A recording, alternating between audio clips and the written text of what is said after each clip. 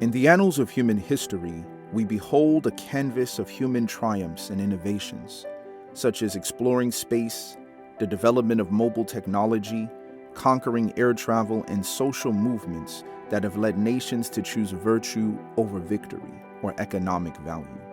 But we also behold human brokenness and woe, inherited from the fall of our first parents. A brokenness that extends beyond physical disease, war, or moral decay, but even into the individual mind. In the United States, 1 in 5 adults experiences mental illness, while 1 in every 25 experiences its effects so severely they cannot perform daily activities and require treatment to overcome. But this isn't simply a problem for adults. 70% of mental health problems begin in childhood, with over 7.7 million youth between the age of 6 and 17 experiencing a mental health disorder today. Canada reports that 50% of its citizens have or have had a mental illness by the age of 40, while also serving as the leading cause of disability and leading to 11 successful suicides per day.